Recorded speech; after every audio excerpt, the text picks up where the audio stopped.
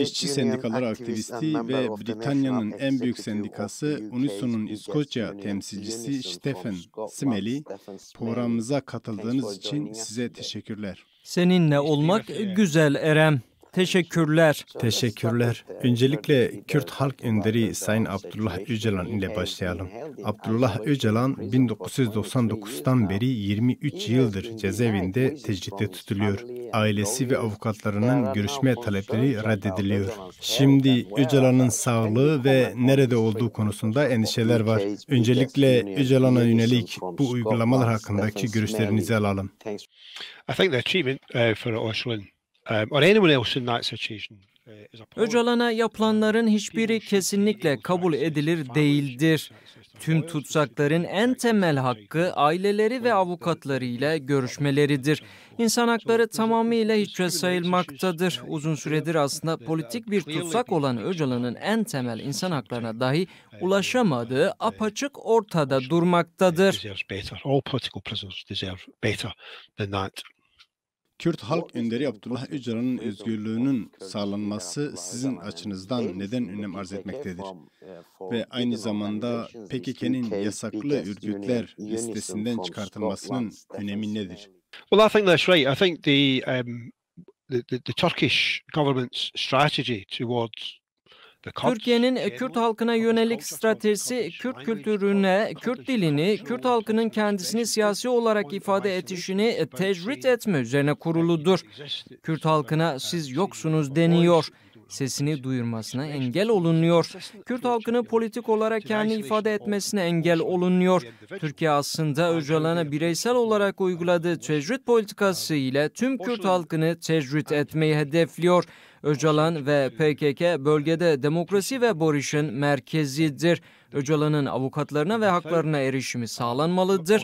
Öcalan serbest bırakılmalı ve barış adına yapılacak görüşmelerde fikirlerini ortaya koyması sağlanmalıdır. Ve PKK'de barış görüşmelerin dahil edilecek bir şekilde kabul edilmelidir. Eğer bunlar gerçekleşmezse asla barış olmayacaktır.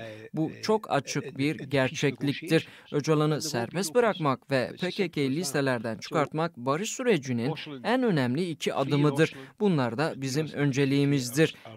Eğer barışın sağlanması isteniyorsa öncelikle bu iki adım atılmalıdır. Öcalan serbest bırakılmalıdır ve PKK listelerden çıkartılmalıdır. Böylelikle demokrasi ve özgürlük yolunda üzerlerine düşen rollerini oynayabilirler. Teşekkürler.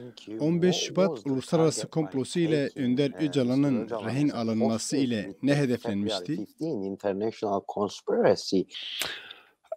I think Turkey's intention was to behead a movement.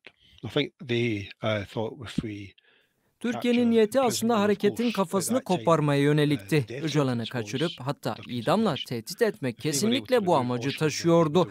Öcalan'ı saf dışı bırakarak hareketi de bitirebileceklerini düşündüler. Ama bence Kürt hareketini çok hafife aldılar. Kürt hareketi hiçbir zaman tek bir kişiye bağlı olmadı. Evet, bu kişi halkın lideri ve bir halkın ilham kaynağı ama unutulmaması gerekir ki Öcalan'ın eğitimleri ve öğrettiklerinden esinlenen yüzlerce Kürt öncüler de ortaya çıkmıştır. Bu komploda ayrıca Avrupa ve Amerika gibi kapitalist güçlerin de ortak çıkarlar çerçevesinde bir araya geldiklerini görüyoruz. Türkiye üzerinden Orta Doğu'daki güçlerini korumaya çalıştıklarını açıkça görüyoruz. Batı'nın Türkiye ile Kürt hareketine karşı bir mücadeleye girişmesinde elbette kendi çıkarları, kendi gündemleri olduğu ortadadır.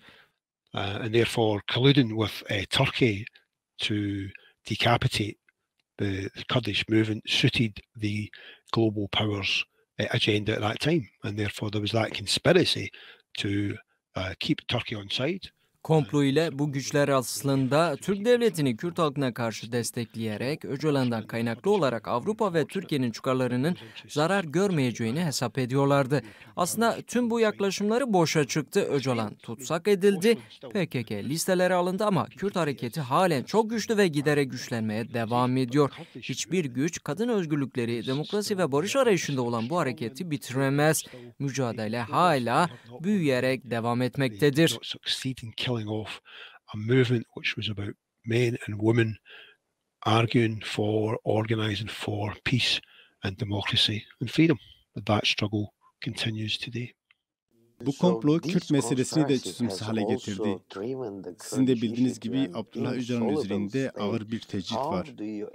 Bu konuda Avrupa Birliği'nin ve Avrupa İnsan Hakları Mahkemesi'nin yaklaşımını nasıl değerlendiriyorsunuz? Daha önce de ifade ettiğim gibi Öcalan'ı tecrit altında tutsak ederek hareketin başını koparmaya çalışıyorlar. Çünkü Kürt hareketi giderek büyüyor ve birçok Avrupa ülkesinde Kürt halkı destek görüyor. Öcalan sadece Kürdistan'da ve Türkiye'de demokrasi ve barışın sembolü değil, aynı zamanda adalet, barış ve demokrasi isteyen herkes açısından tüm dünyada Öcalan sembol haline gelmiştir. Dünyadaki tüm ilerici hareketler Kürt halkı ve Öcalan'ın öğretisinden ve fikirlerinden ilham alıyor, mücadelelerini yükseltiyorlar. AB ve diğer ülkelerin bunu bir tehlike olarak görmesi ve Öcalan'a bu yapılanlar karşısındaki sessizlikleri olarak görmesi ve Öcalan'a bu yapılanlar karşısındaki sessizlikleri kesinlikle kabul edilemez. Öcalan barış ve demokrasi ve özgürlükler için mücadele vermektedir. Türkiye ile birlikte Kürt halkına karşı baskı uygulanması, sesinin susturulmaya çalışılmasına da Türkiye'ye destek verilmesi kesinlikle kabul edilemez. Türkiye, Kürtlere yönelik muamelesinde giderek daha fazla baskıcı bir tutum sergiliyor. Bunun batılı müttefiklerin Kürtlere bakış açısıyla bir ilgisi olmalı. Hükümetlerimizi savunduklarını iddia ettikleri insan hakları ve adalet değerleri lehine hareket etmeleri için utandırmak adına ne yapabiliriz? We will continue to publicize what is going on in Turkey and in the region. Bölgede ve Türkiye'de yaşananları duyurmaya devam edeceğiz. Türkiye'nin bu yaklaşımı baskı altında olan sadece Kürt halkına yönelik de değildir. Türkiye'deki işçi sendikalarıdır. Aydın ve ilerici kesimler, kadınlar tamamıyla devlet baskısı altındadır. Tamamı devlet şiddetine maruz kalmaktadır. Bizler dayanışmamızı yükseltmeye devam edeceğiz. İşçi sendikaları ve bir araya gelen çeşitli örgütlenmeler olarak Kürt halkının yanında durmaya devam edeceğiz. Avrupa'da mücadelemizi daha da yükselterek aslında Türkiye'nin yaptıklarına karşı ses çıkartmaları ve karşı çıkmaları için kendi hükümetlerimizi baskı altına almalıyız. Avrupa'nın Türkiye ile ilişkilerini yeniden gözden geçirmesi gerekiyor. Örneğin Britanya devleti Türkiye ile oldukça iyi ilişkiler içerisindedir. Fakat Türkiye'nin savaş suçlarını konuşmuyorlar. İnsan haklarını ihlal etmelerini gündemlerine almıyorlar. Demokrasiden bahsetmiyorlar. Türkiye'nin antidemokratik uygulamalarını tartışmıyorlar ki bunların tamamı insan haklarına aykırıdır. Britanya'nın bu tutumunu kınayıp Kürt halkının yanında destek olmak zorundayız. We offer solidarity to the people, the Kurdish people in Turkey and throughout the region, and we offer solidarity to those other groups who are oppressed by the same Turkish state.